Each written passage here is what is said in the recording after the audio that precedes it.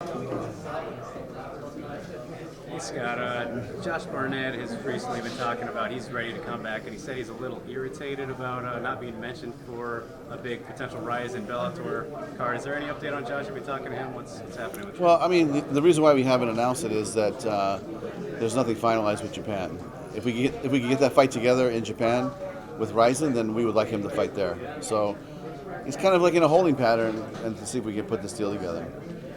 And I know you mentioned, I brought up the Fedor fight possibly to you last time we talked. Is that something you'd be interested in still with Barnett? With Barnett, I mean, yes, I think there'll be a time for that, but I don't think that would be his first fight back. How's the draw on Saturday going to work? Is this something they're doing inside the cage? Is it backstage after the event? How does that? What's the plan with the area? Well, from when the last fight happens for the tournament, which would be the Archuleta Pit Bull fight, then the winner will continue to move up to the stage where all the other contestants that have already fought in the tournament will be waiting for him, and then we'll start the drawing process. And I think we've already explained how the draw is going to work, but we have a couple twists in that story that make it very exciting. So I really, look forward to Saturday night, and we're going to have some fireworks. Where are you at with Ryan Bader? Because obviously there was a controversy of the Congo fight. The winner of Machida Musasi feels like it could be a potential option. Where are you at with that? Yeah, honestly, since Ryan fought, I haven't spoken to him.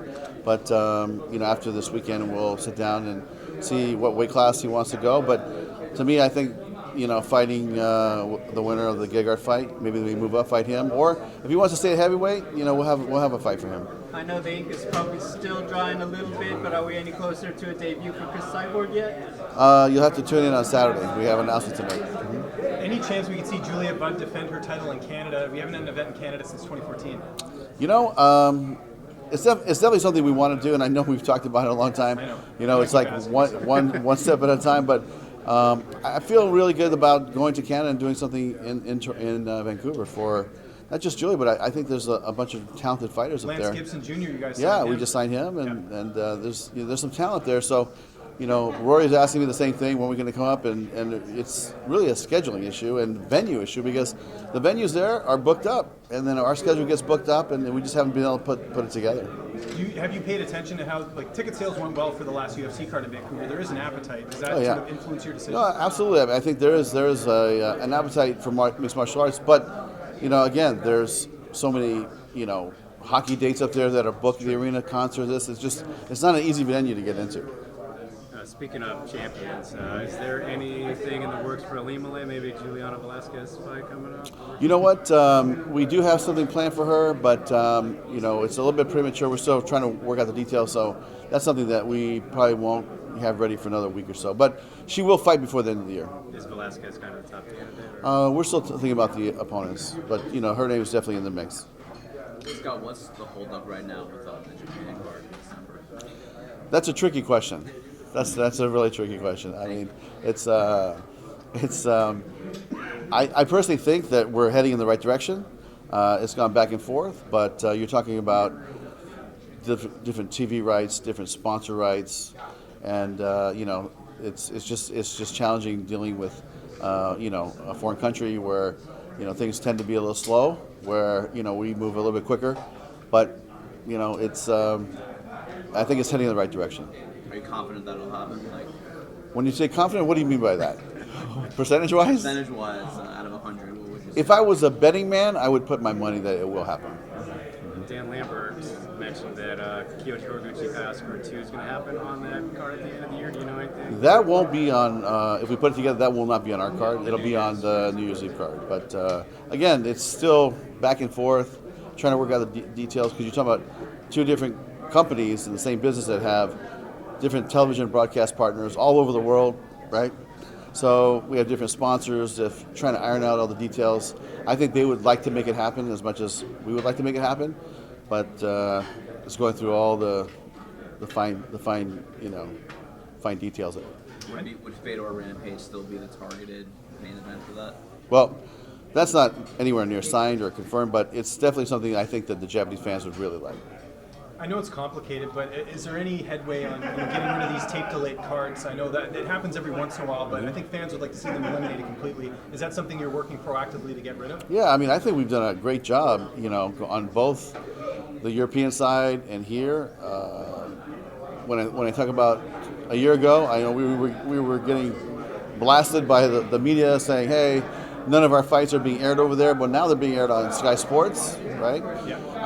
And then some of the UK cards will air on Paramount, but we're working on a lot of things, and I think that within the next 4 or 5 months, I think that we'll have a solution worldwide for both, or all over the world actually. We'll have an area for our fights to air, and like for instance, like the Japan thing, it's where does that air? We're trying to figure it out, but I think that we found a solution for that here. The time frame is a little different, so we might start a little earlier. So those are the details that we're trying to work out. But listen, our commitment is to try to make it easy for the fans to watch our product, and it's not always easy, but we're making headway, and I think that give us a couple months, I think we'll have a big announcement to make. On that note, for fans who may be confused, how do you watch Bellator in Ireland tomorrow if you're in the United States? It's on. Well, here's the thing. It's the Paramount side is going to be on Paramount, right? And the prelims will be on our app, and then the UK side will be on our app as well. As for Bellator 228, is there someone you kind of see as who could be the dark horse in the featherweight tournament that might not be given enough love or appreciation? I mean, listen, we got some killers up here on the stage today, and Pitbull is a champ. He's going to be the guy to knock off, right? So, I give Juan a lot of credit for stepping up and, presenting the challenge instead of the challenge coming to him. But Pitbull's a champ. In these types of situations, anything can happen, though, right? It's, there's a lot of slick fighters here. There's a lot of seasoned veterans. AJ McKee has a big task in front of him.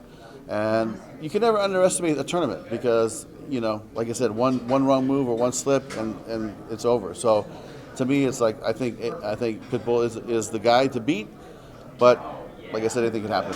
Was it difficult getting Antonio McKee on this card just because of his age and how he hasn't fought in a while? Was there a difficulty with the commission? Not really. We went through all the proper process of getting him licensed and making sure he had all the tests. And he's been bugging me for 2 years, to fight on a card with his son. And we almost pulled it off a year ago, couldn't do it. So we said, okay, we're going to do it now. And he looks in amazing shape. I just saw him. He looks in great shape. So, I wish him luck. It's a great story. And I wish both fighters good luck. So Access TV now is out of the MMA business temporarily. Would you like to see the Zone pick up LFA and maybe boost the MMA content on that platform? Yeah, I mean, that's really, it's something you should ask the Zone, actually. And I think that they'll be here at the weigh-ins tomorrow. But listen, more MMA on the Zone, the better for everybody. And the LFA guys have been doing a great job. Access TV, I don't know if you guys know, but they had a long run. It's been quite a run. My experience with Andrew and all the guys there have been fantastic.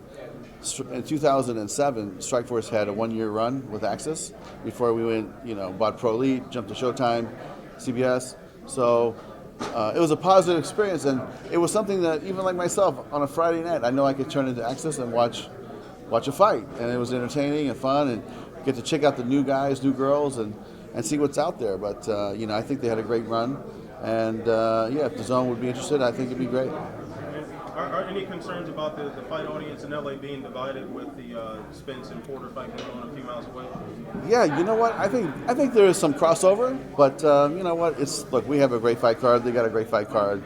It's great for the fans of LA to have in combat sports to have a choice. So, we'll see how that goes. Will you like to see Pitbull go back up to 55 after the tournament, or is it right now just too far away? I think he would like to as well. I think he'd like to defend both belts. That's what I think. Is there any plan to do something with that title while he's in the tournament, an interim belt, something like that? Yeah, we have Benson fighting, and we have a couple other ideas as far as who's going to fight between now and then. But Pitbull might have some breaks in between the tournament. Like if he doesn't fight till March, maybe he fights Saturday night, and then if he picks a fight at the March slot or wherever he ends up in the tournament, maybe he could fight in between, and we would definitely welcome that. Scott, do you know those venues and dates for the quarterfinal? I do, but I'm not going to tell you. No, I'm joking. I don't. We're not ready to release it yet. We're still signing contracts, but hopefully by Saturday we'll have something fun to announce. Are you guys looking at any more featherweights to add to the women's division, like Kat Zingano, who's currently a free agent? Yeah, I think my guys are talking to her, and not just that particular fighter, but any free agent that's out there. We're talking to everybody, and so if there's a free agent or somebody getting to free agent, to me that's how you know what your value is going to be. So to me, it's like my guys are scouring the planet looking for the next top talent and talking to all the free agents, and we're going to be here and we'll be active bidder for everybody's talent. And once it's actually booked, Cyborg and Julia Budd, where do you think that would rank in terms of best fights of all time in Bellator history? Because we haven't had a situation like this really in a while, where someone comes over, a huge free agent from the UFC, and fights a homegrown Bellator champion. Yeah. I mean, listen, that it would definitely be special, and but I think there's going to be more to come. I think that fighters are going to be looking for the best deal possible, and I think that's going to require them to to move around, and it's going to go both ways. It's going to go this way to that way. It's going to come this way, and it's not just going to be one way. But we're gonna do our best to keep building this roster. And if you look at this roster 3 years ago, 4 years ago, it looks nothing like it does today. And I think there's been a lot of hard work on our guys, not just finding the free agents and buying from the top down, but also building from the ground up, which I think that we're very good at. So, that's the future. Speaking of free agents, Rashad Evans has announced he's looking to come back, and he's got a history with quite a few guys under the Bellator banner. Any interest in bringing him aboard? Yeah, you know what? I think my guys talked to him, but I'm not sure. We haven't. There hasn't been any serious discussions or anything like that. We've been focusing on the LA fight and trying to work out the fight in Japan and Hawaii and different obligations that we have. But I know that his managers reached out, and I think there's some type of dialogue. But who knows? You talked about the winners Saturday's main event, possibly fighting Beta for the light heavyweight title next. Was there ever consideration to do this fight on Saturday at 205? What do you mean? Was after the? What? I didn't understand the last part of your question. Was there ever any consideration of doing this fight on Saturday at 205 instead of 185? Oh, I see. No, they wanted to fight at 185. So, and that thing could shake out a lot of different ways, because if they want to stay at 185, Lovato's definitely out there in the mix, and so a lot's gonna depend on what Ryan wants to do. Is Lovato healthy right now? Is he ready to get back in there? I don't know. I'm not sure if he's healthy or not, but I don't think he's coming on Saturday. I think a couple of his guys are coming to kind of scout out the fight, is what I was told. Is Bellator going back to Hawaii this year? I believe so. We're working on it. Yeah, we're working on it. Yeah, that's the plan. And it just makes a lot of sense in the routing. We go to Hawaii, then go to Japan, and just make it a 2 or 3 week run. Because if when we go to Hawaii, we're still going to do a Friday and Saturday night show. We'll do the Friday night for the troops, and then Saturday will be the DAZN fight. So that's still in the plans, and we're still working out the date. Thanks, guys. When do you expect Horiguchi to defend his bantamweight Bellator championship? I would say first quarter next year. He's going to fight on New Year's Eve, from what I was told. They're planning on that, and so then we'll have access to him after that. Thanks, guys. Thank you, guys. Thanks, Scott.